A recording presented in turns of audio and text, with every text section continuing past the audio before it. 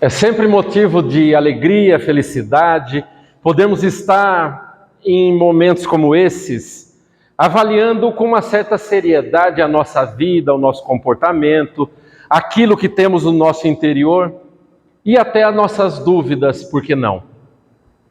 Mas momentos como esse também são momentos alegres que nos fazem rever aqueles amigos de outrora, de outras oportunidades, algumas caras já muito conhecidas das nossas andanças, mas também algumas caras novas que nos fazem até ter uma certa esperança de que o futuro, para todos nós, se Deus quiser, um dia será melhor. Porque as nossas preocupações, da maneira que nos comportamos diariamente, são talvez aquelas palpitações iniciais dos nossos dias que nos levam a pensar se vale a pena continuar. Preocupações essas que fazem parte da nossa vida, de todos nós. E todos temos alguns calcanhares de Aquiles, algumas dores que nos levam a estar nesse momento, exatamente aqui hoje. Talvez a nos perguntarmos todos se vale a pena, talvez nos questionarmos se o caminho que seguimos é o correto. E esses questionamentos e essas palpitações servem-nos de base para avaliar o que cada um de nós é e carrega dentro de si. E talvez nesses minutos breves que passaremos aqui, é muito certo, nós teremos a oportunidade, a possibilidade de fazer uma avaliação muito sincera da nossa própria alma. Uma avaliação correta, simples e até, quem sabe, tomarmos um rumo muito melhor na vida que estamos trilhando e às vezes um tanto quanto tortuosa pelas nossas vontades também da mesma maneira estranhas ao nosso comportamento. E assim eu deixo antes de mais nada o agradecimento a todos os senhores que escolheram estar aqui para que pudéssemos celebrar nesses breves minutos uma ceia espiritual. Avaliando esses mesmos comportamentos que todos temos, mas também fazendo conexões com aquelas chamadas escrituras do Evangelho. Talvez tentando trazê-las para o nosso dia a dia, observando por meio dessas contextualizações que aquilo que Cristo tentou nos ensinar faz sentido para todos nós. E essas avaliações também nos fazem observar que a palavra gratidão, não somente pelos senhores estarem aqui, deve de fazer parte da nossa forma de se viver. E por isso que possamos agradecer aquele que é o nosso Deus, a inteligência suprema, Criador dos céus, do universo, que possibilitou-nos sermos vivos e estarmos aqui. Estarmos pensando na nossa vida e até escolhendo esses futuros e os caminhos que fazem parte das nossas escolhas. Na noite de hoje eu faço um convite para que todos possamos pensar sobre uma temática que é bastante legal e importante. Como amar o próximo é o tema da noite de hoje. Mas talvez alguns tenham visto a divulgação do tema e ficado, quem sabe, com uma certa confusão. Se talvez não tenha faltado um ponto de interrogação no final da frase, porque uma sentença como essa até nos leva a um questionamento da nossa própria vida. Como seria possível amar o próximo? Mas alguns dirão, talvez, que a confusão seja advinda de uma frase que parece ser comparativa com alguma coisa, evidenciando-nos que o nosso comportamento, a nossa forma de amar, necessita de se comparar com algo. Mas essa confusão foi relativamente proposital, já que todos nós somos criaturas incompletas, trilhando o nosso futuro, trilhando o que cada um de nós é ainda, nós teremos a possibilidade de dar uma completude na frase, não somente do ponto de vista gramatical, do nosso português, da nossa língua, mas também completá-la pelos nossos sentimentos, por aquilo que passa-se dentro do nosso próprio interior. Mas nós necessitamos também de compreender o significado não somente da sentença em si, mas também do significado da palavra amor. Uma palavra tão pequena na nossa língua portuguesa, mas que tem um significado muito profundo para todos nós. Um significado que muitas das vezes nos escapa, dada a vida que vivemos. E todos nós, ao observarmos o nosso entendimento desta pequena palavra, o significado do amor para todos nós é um tanto quanto subjetivo. Porque depende das nossas experiências, depende daquilo que cremos, daquilo que vivenciamos, da nossa personalidade, da nossa infância. E todos esses fatores compõem o nosso entendimento do que seria o amor em si. E por isso mesmo nós faremos algumas ponderações sobre o significado dessa palavra para observarmos o que pesa mais dentro do nosso ser, no nosso interior. Porque a palavra amor na nossa sociedade poderia ser subdividida em três tópicos muito importantes. E nós nos reconheceremos justamente nesses tópicos, avaliando a nossa própria vida. O primeiro deles é o amor erótico, o amor advindo de eros, aquele amor que nos faz querermos uns aos outros, observando certas características que vemos em certas pessoas. Algo que nos chame a atenção. Um jeito, um trejeito, uma forma de ser, uma forma de falar, seja como for, mas algo que nos leva a observar uma outra pessoa na sociedade que nos chame a atenção. E que nos chame a atenção do ponto de vista sexual. Porque todos somos animais também sexuais, temos a nossa parcela material na nossa vida. E esse é um tipo de amor que talvez seja muito evidenciado na nossa sociedade. Pessoas que guiam sua própria vida através da satisfação dos instintos sexuais. E essa é uma forma de amor contida no nosso ser. Mas alguns dirão, poxa vida, tudo bem, eu entendo, eu sei o que é. Até observei que na minha vida encontrei inúmeros amores, inúmeras pessoas que me chamaram a atenção e eu tornei-me apaixonado. Principalmente na nossa juventude. Ai, quantos de nós não teve seu primeiro amor? A observar e lembrar desse primeiro amor, trazendo o sorriso dentro do seu ser. Mas nós lembramos que a vida não se resume somente a isso. Os amores não são somente isso. Por isso nós compreendemos também que existem amores fraternais. Aqueles amores que nos levam a compreender que muitas das vezes pessoas que cruzam o nosso caminho, às vezes cruzam para ficar. Cruzam para ficar não somente porque nós desejamos-las, mas pessoas que cruzam para ficar para que nos tornemos amigos, para que nos demos a mão, para que observemos que a nossa afinidade é muito maior do que imaginávamos. Pessoas essas que na nossa vida, às vezes muito longa e bem vivida, encontramos talvez uma palma da mão cheia e olhe lá. E a nossa vida vai se processando e a gente encontra esses amigos que muitas das vezes para nós funcionam melhor do que nossos próprios parentes. E lembramos-nos como os espíritas que todos nós somos também seres fraternais, que encontram na sua caminhada pessoas com o mesmo tipo de aspiração, com as mesmas vontades, com os mesmos ideais, e é tão bom encontrar um amigo. Todos sabemos, mesmo sendo difícil pra caramba, na nossa vida encontrar pessoas assim. Mas nós poderíamos também falar de outra forma de amor contida no nosso entendimento sobre o que seria o amor em si. E aí entraremos no amor ágape. O amor ágape é aquele que é o amor sacrificial.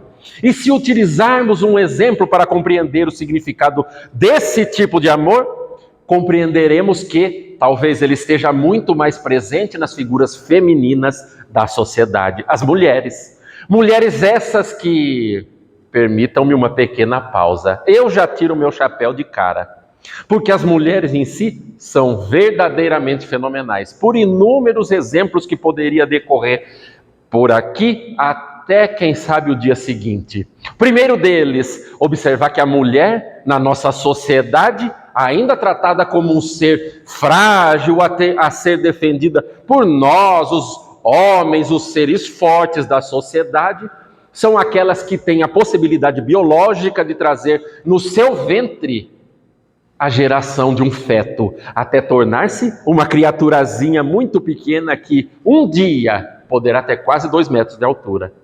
E a gente observa que essas que são as mulheres, os seres frágeis da sociedade, carregando o ser dentro do seu ventre, ao nascer, observam que existe um tipo de amor muito diferente daquele que sentia pelo seu parceiro, que pode ser a pessoa mais amada do mundo naquele momento. E nasce aquele filhozinho, e o parceiro que achava que era o primeiro da lista, logo cai para a segunda. E aquele serzinho experimenta, juntamente com sua própria mãe, uma sensação e um amor inexistente até aquele momento na sua própria vida. E observa que esse amor ágape, sacrificial, é aquele que leva não somente a mulher, mas os homens também, mas muito mais as mulheres, a observarem que dentro de si são capazes de amar até doer.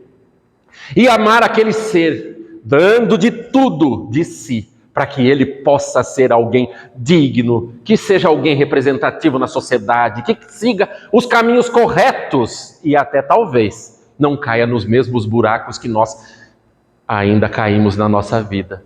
E esse é o amor ágape, sacrificial. Porque cá entre nós que somos os homens, seres fortes da sociedade, fortes demais, se Deus possibilitasse ao homem a gravidez, e a sociedade acabava em 2 semanas, se fosse comigo pelo menos. Em 2 semanas acabava a humanidade, ninguém mais ia nascer. Porque observar que uma criatura como essa sairia de dentro dessa barriguinha, negativo. E muitos de nós homens observamos que essas mulheres que necessitam de ser muito mais valorizadas na nossa sociedade, são capazes de muito mais do que nós homens.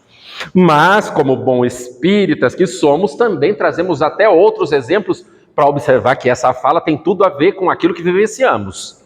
Nós que somos espíritas, simpatizantes, a gente se depara muitas das vezes nos nossos estudos, nos romances que nós coletamos para poder tirar um pouco de doutrina daquele romance, que as figuras femininas, elas passam uma vez só na obra. Está lá um casal, ou de repente um homem, uma mulher, e ambos personagens principais ou secundários estão vivenciando a sua vida. E a mulher vai, passa, aprende tudo e nunca mais reencarna. E os homenzinhos, coitados de nós vivenciamos aquela vida, fazemos errado, voltamos, revoltamos, erramos, até que um dia, se vocês virem, na próxima vida, uma mulher na casa dos seus 1,90 falando grosso e reconhecer de algum lugar, não sabendo de onde é, lembre-se de mim, porque vai ser eu. E se for eu, ainda vou falar, olha, essa é a última. E se você for homem, eu falo, fique um pouquinho mais aí, porque na próxima eu venho mulher. E essa é a nossa vida. Nós vamos entendendo que o processamento da nossa vida, nessas coleções de amores, é o que temos na sociedade atual. É o que cada um de nós é o que cada um de nós vivencia. Mas também nós temos um alvo para a nossa aspiração do entendimento do que é o amor em si. Por isso nós tentamos compreender, tateando o significado do que é o amor de Cristo. O amor de Cristo que sabe-se lá quanto tempo nós necessitaremos de viver nesta vida que estamos para descobrir, quem sabe, um dia, sabe-se lá quando, o significado da sua forma de se vivenciar. Mas Cristo era uma pessoa muito especial a pisar nessa terra, justamente porque era especial, dividiu a história entre antes e depois dele, não somente por aquilo que falava, mas principalmente por aquilo que fazia. E já que se comportava de uma maneira distinta do que era a sociedade em si, evidentemente que incomodou muita gente. Mas Cristo também não escapou aos estudos de Kardec, ou quem sabe a uma pergunta que poderíamos falar que é essencial para a nossa compreensão do que é o amor. Questão 625 de O Livro dos Espíritos. Qual o ser mais perfeito que Deus nos deu como modelo e guia? A resposta mais sintética de um livro de 1040 perguntas: Jesus. E aí não dá para torcer. E aí nós necessitamos de tentar compreender o que é Cristo para a gente. Qual o significado da vida de Cristo na nossa vida. E compreender Cristo é compreender exatamente aquilo que Ele tentou nos ensinar por meio da sua vivência, o amor.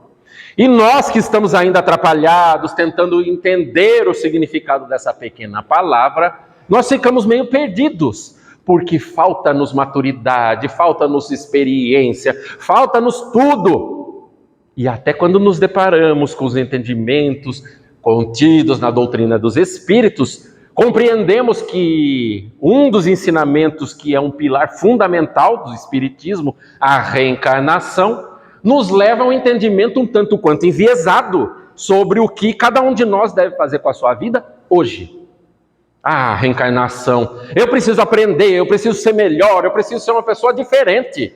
É óbvio, todo mundo nasce para uma função, para um aprendizado, para uma compreensão melhor. Por consequência, deve sair melhor daqui do que entrou. Mas a gente fala, já que tem um monte de vida pela frente, eu aprendo na próxima. E deixa para lá as condições essenciais, ótimas, para que a gente possa vivenciar a vida que está passando exatamente hoje. Mas, à medida que nós vamos tomando um pouco mais de maturidade, trazendo um pouco mais de compreensão para a sua própria vida, a gente se depara com um fato muito importante. Porque, como religiosos, nós até fazemos no nosso lar, no nosso íntimo, no nosso quarto, cada um faz da sua maneira as suas orações. As suas orações, porque justamente a oração é uma abertura da alma para com a divindade, para podermos estabelecer uma comunicação com aquele que é o nosso Criador. Seja pelos nossos anseios, pelos nossos problemas, pelo nosso agradecimento ou até pela nossa louvação. Também todos nós somos um conjunto de coisas. Por isso, muitas das vezes nessa mesma conversa, a gente até fala, ai meu Deus, falo por mim, me dê um pouco mais de paciência, porque tá difícil. Porque pessoas difíceis sempre aparecem na nossa vida, na minha também. Eu sei que talvez para vocês aqui de Iracemápolis, como o povo é muito bacana, é muito jóia, não tem gente xarope no meio das suas vidas. Mas como eu sou de Piracicaba, eu conto os causos de lá. E de outras casas também, que a gente acaba indo para um lado e para outro. Mas nesse dia especial em que eu estava fazendo uma oração muito fervorosa, eu falei, ai meu Deus, tem o fulano de tal que está na minha vida. Por favor, me ajuda. Tira o fulano de tal que eu não estou aguentando. Me dá mais paciência. E é engraçado, porque às vezes na oração, a gente fala, eu vou pedir. Mas a gente fica até meio assim quando é atendido, né? Porque no outro dia aconteceu algo fantástico. Estava lá o primeiro evento do dia, fulano de tal, na minha reta. E todos sabemos que a menor distância entre dois pontos é uma reta. E já veio fulano de tal, de encontro. Eu falei, ai meu Deus, já vai começar bem o dia. Mas não só isso. Nessa hora, pela minha falta de entendimento, eu até achei que quem ouviu não foi nem Deus. De repente fiquei na dúvida, será que foi meu obsessor que colocou o fulano de tal, que já vai vir direto hoje? Eu sei que não acontece isso com vocês. Mas o obsessor escutou minha prece e pôs o fulano de tal. Mas com o passar do tempo, da experiência, a gente vai se dando conta de que o nosso aprendizado, principalmente como espírita, que nós somos capazes de avaliar com um pouco de seriedade, compreensão, raciocínio, as coisas que nos acontecem. E muitas das vezes a gente fica muito na teoria, né? Quando entra meio de sopetão numa religião, seja ela qual for. E a nossa primeira reação é achar que a religião é um negócio que resolve tudo, que tira todos os problemas, que resolve toda a conta de banco. Ai, se resolvesse. Virava na hora, convertia a humanidade inteira, seja a religião que for. Mas enfim, a humanidade é meio complicada. E a gente acha também, pela nossa falta de maturidade, que o espiritismo também é um resolvedor de problemas. Quando, na verdade, a gente não entende, por meio até dos nossos estudos, que o espiritismo é um consolador. Mas o consolador que necessita, evidentemente, da nossa participação do entendimento. Nós necessitamos de compreender quando a bucha vem. Só que compreender também que a dor tem uma função na nossa vida. E muitas das vezes o entendimento de que a dor chegou e essa é a hora da dor, passa pela compreensão do raciocínio, e o Espiritismo muitas das vezes tira essa cortina da ignorância da nossa vida para que a gente possa ter uma sensação de aceitação melhor com as dificuldades que nos chegam. E de repente alguém está até aí, mas eu não estou aguentando minha vida. Está difícil para você e está para mim também. Mas como é bom a gente poder adquirir a resistência com a dor, a compreensão de que tudo tem a ver com a gente na hora que tem a ver.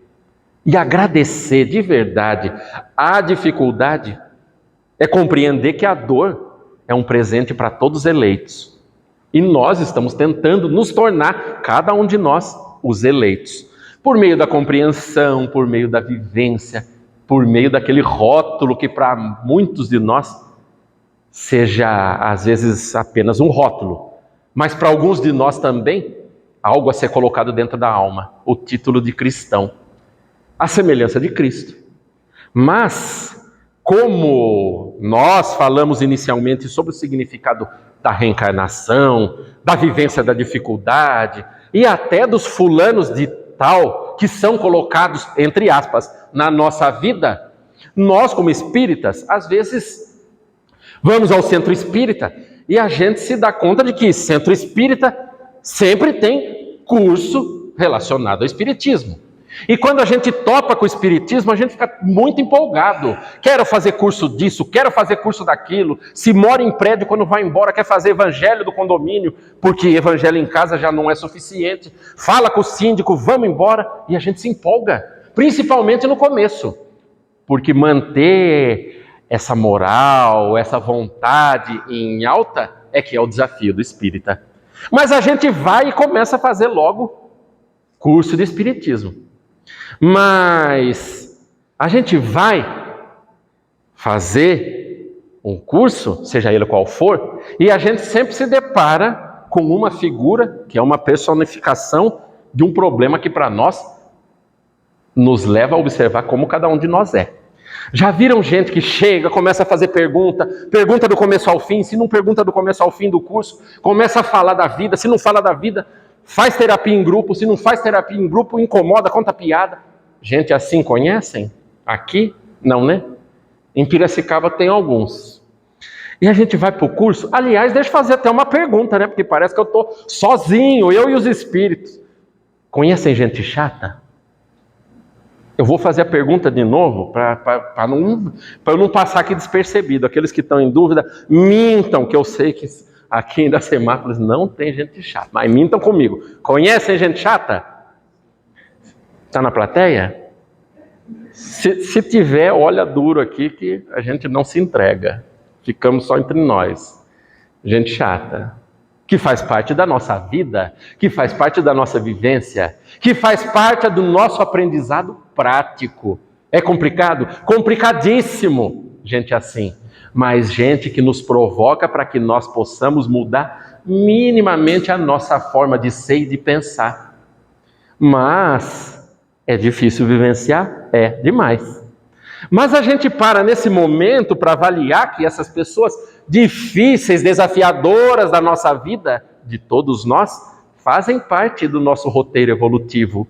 Mas nós que estamos na reencarnação, vivenciando uma vida, uma personalidade que muitas das vezes a gente gosta ou não, nós precisamos fazer uma pausa para fazer uma autoavaliação e observar a nossa própria alma.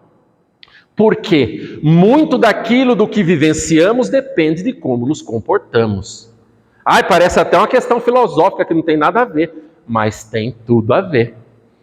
E exemplo prático sempre é bom porque a gente avalia-se como se comporta na vida aí fora. E às vezes a gente é de um jeito que a gente fala, poxa vida, as pessoas às vezes que convivem comigo, ou que eu encontro, seja no trabalho, dentro de casa, onde for, nos encontros sociais, às vezes a gente encontra pessoas que são aqueles chamados invisíveis da sociedade. Aqueles que são os mais pobres, aqueles que são os ignorantes, aqueles que são os moradores de rua. E no nosso conceito, a gente logo não quer. Vê um pedinte logo na nossa frente, a gente atravessa a rua. Aí vem pedir, não quero, não tenho, hoje não. E esse comportamento nosso, muitas das vezes, passa despercebido, porque a gente fala, é uma pessoa sem valor. Mas também, se alguém muito bem apessoado, uma pessoa rica, um industrial muito poderoso, um juiz de direito, um político... Não, político não, né? Aí a gente fala e pensa, poxa vida, eu vou colocar a minha máscara mais bonita, vou mostrar que eu sei falar, vou me perfumar, se eu tiver um encontro, eu vou mostrar o melhor de mim. E a gente observa que são esses dois tipos de personagens, tanto mais pobre quanto mais rico, são duas almas em experiência. Independente da sua evolução moral, o nosso comportamento é diferente. Aí a gente se dá conta de que nós somos um tanto quanto mais problemáticos no entendimento do que é o amor ao próximo. Porque nós estamos falando como amar ao próximo. Mas essa falta de entendimento, ou essa fragilidade no entendimento de como cada um de nós necessita-se de se comportar com aqueles que são os nossos semelhantes, nossos irmãos, e por isso mesmo, nossos próximos, é necessário que a gente passe a entender um pouco melhor o que cada um de nós é. E esse entendimento passa pela compreensão, inclusive, da vida. Muitas das vezes a gente tem até dentro de si uma pessoa que nós falamos que representa o amor na vida, na nossa forma de entendimento, seja ela no amor erótico, no amor fraternal ou no amor ágape. Mas tem uma pessoa na nossa vida, e todos temos, fazendo esse tipo de avaliação, a gente encontra. E encontrando essa pessoa que representa para todos nós o que é o amor, a gente se dá conta de que aquela pessoa causa dentro do nosso íntimo uma certa felicidade, muito maior do que qualquer pessoa representaria na nossa vida. Mas, se nós tivéssemos, de repente, uma experiência mediúnica em que a divindade chegasse para todos nós, hoje, olha, você tem só mais um dia de vida na Terra. Um dia que você vai poder escolher ficar com a pessoa que você mais ama o tempo todo. E nesse dia você escolhe, e a gente já fica até meio perdido, porque não sabe o que fazer da sua própria vida, deposita todos os valores que nós queremos, e de repente uma notícia como essa torna-se nada na nossa vida. Todas as nossas aspirações, todas as nossas vontades, tudo aquilo que a gente corre atrás de coisa nenhuma, perde sentido. Mas esse dia em que nós poderíamos passar com a pessoa que mais amamos, é um dia talvez muito especial. Um filho, por exemplo, a uma mãe. Mas um filho que representa muito mais o amor ágape, em que a mãe gostaria de dizer tudo para esse filho, tudo para que ele não caísse nos mesmos buracos que ela caiu, nas mesmas dificuldades, mas que pudesse transmitir um pouco da sua experiência para que esse filho seja mais feliz. E é tão difícil ser feliz nessa terra para todos nós, que a gente perde até o rumo do que dizer num encontro como esse, numa possibilidade de passar apenas um dia com a pessoa que mais amamos. E cada um de nós poderá pensar na pessoa que mais ama, evidentemente. E a gente apenas sorri, fica junto, passa um tempo, compartilha, ama. E a gente passa a entender que o significado do amor passa muito pelo nosso sentimento, pelo nosso sentimental, por aquilo que nós compreendemos como o nosso íntimo. Mas para Jesus, esse que também é o nosso exemplo de comportamento, nosso guia, nosso modelo, ele também teve uma oportunidade semelhante a essa. Todos nos lembramos daquela tela que ficou eternizada na história, a Santa Ceia. Santa Ceia, compreendida por todos nós, momento no qual Jesus teve a sua presença com aqueles que seriam os 12 apóstolos. Nos lembramos às vezes até de alguns, Pedro, Judas, cada um guarda o seu favorito. Mas lembramos de que essa tela foi eternizada numa pintura. E Jesus, naquele momento, que poderíamos até consultar no Evangelho de João, capítulo 13, teria dito algo que nunca havia sido dito até aquele momento. Eu vos trago um novo mandamento, que amai-vos uns aos outros como eu vos amei. E olha a dificuldade, o pepino. Amai-vos uns aos outros. A gente já nem sabe muito bem o que é o amor hoje. Alguns pensam que amor é ter alguém para chamar de seu. Outros dirão que é alguém para morrer de ciúmes. E eu sei que vocês não têm ciúmes. É cuidado. Outros dirão que o amor é encontrar alguém para passar uma noite de loucura. E cada um de nós tem nessa compreensão, ou nessa somatória, nesse conjunto de amores erótico, fraternal e ágape, uma forma de entendimento do que é o amor. Mas aquele pessoal que lá escutou o significado desta sentença proferida por Cristo também ficou um tanto quanto confuso, porque estávamos numa sociedade advinda do ensinamento judaico que dizia que o ensinamento de Moisés é amar a Deus sobre todas as coisas e ao próximo como a si mesmo. Amar ao próximo tudo bem, mas o próximo para Moisés é o cara da mesma cultura, é a pessoa das mesmas aspirações, é aquele que é igual a mim, e aí fica muito fácil de amar. E aquele que não é o meu próximo, passa espada na garganta. E já era. Esse era o entendimento da época, entendimento esse que necessitava de uma compreensão muito maior pela vivência de Cristo para ser alterado. Mas é coisa de antigamente, já foi muito tempo. Moisés estava em Levítico, nos evangelhos, não é? Mas a gente faz uma pausa e será que está tão longe mesmo? É claro que a Bíblia, além de ser um conjunto de livros que traz um embasamento histórico, também podemos nós, como espíritas, apertar a tecla SAP e tentar trazer para a nossa vida. Porque amar ao próximo como Jesus os amou, serve para nós também. Porque os apóstolos também eram a representação da sociedade essa que ficou eternizada nos séculos, inclusive para nós que estamos aqui tentando aprender alguma coisa. Mas Jesus disse aquilo. E será que a gente se encaixa onde? Fazendo uma pausa nos nossos pensamentos e avaliando, quem sabe, um pouquinho da nossa vida. Fazendo essa pequena pausa e observando o nosso comportamento, quem sabe, há uns 4 meses atrás. O que cada um de nós estava fazendo? Se digladiando com aquela pessoa que pensa diferente da gente, do ponto de vista político, ideológico, xingando todo mundo, passando para frente aquelas informações que todo mundo adora, que só causa amor em todo mundo. Quantas famílias não deixaram de se conversar, de se falar, justamente pelo nosso tipo de comportamento, contribuindo para que a situação ficasse um pouco pior. Ao invés de nós pensarmos, utilizarmos o nosso raciocínio de compreender, não interessa o que o fulano acredite, vem cá, você é meu irmão, sejamos amigos e tragamos um pouco de maturidade na nossa alma. Não, a gente logo quer matar, e tem gente que matou.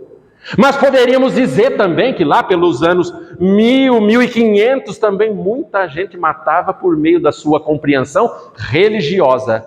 E a religião em si, na história da humanidade, é tão complicada que nunca houve tantas guerras na humanidade quanto houveram de guerras religiosas. É o embasamento principal das guerras da nossa história humana.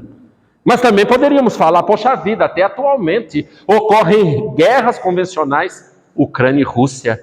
E nós aqui nos debatendo com a nossa guerra interna, íntima, para que a gente possa compreender um pouco mais sobre o que é o amor.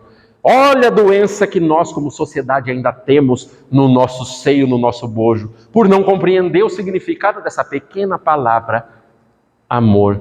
Como amar o próximo? E a gente fica aqui se debatendo, pensando, mas e a minha vida? Como é que eu posso amar? E até talvez chegue à conclusão que vale a pena amar.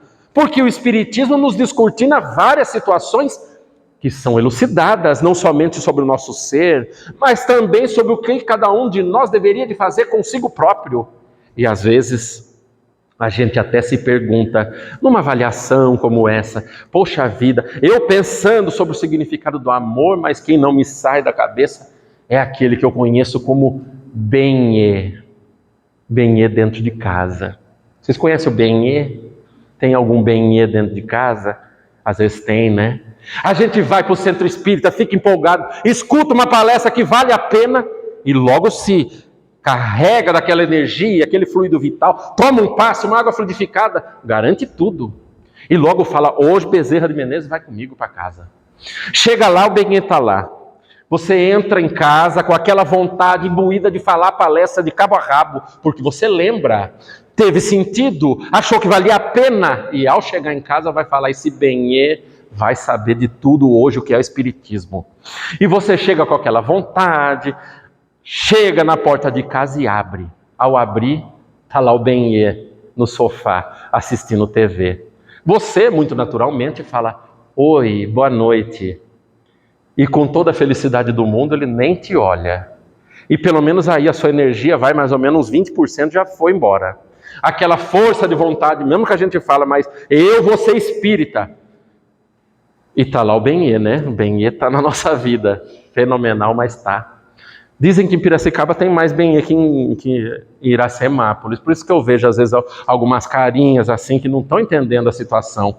Mas está o Benê lá, imaginem lá.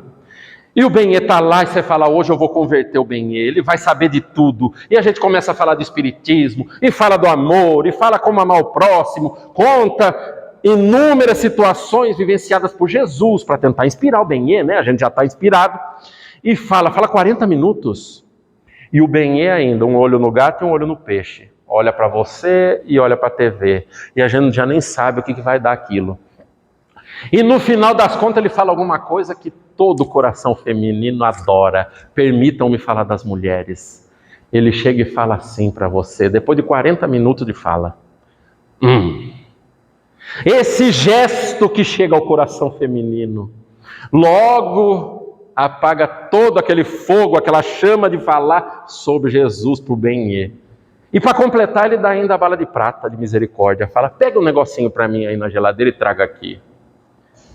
Não há quem aguente, né?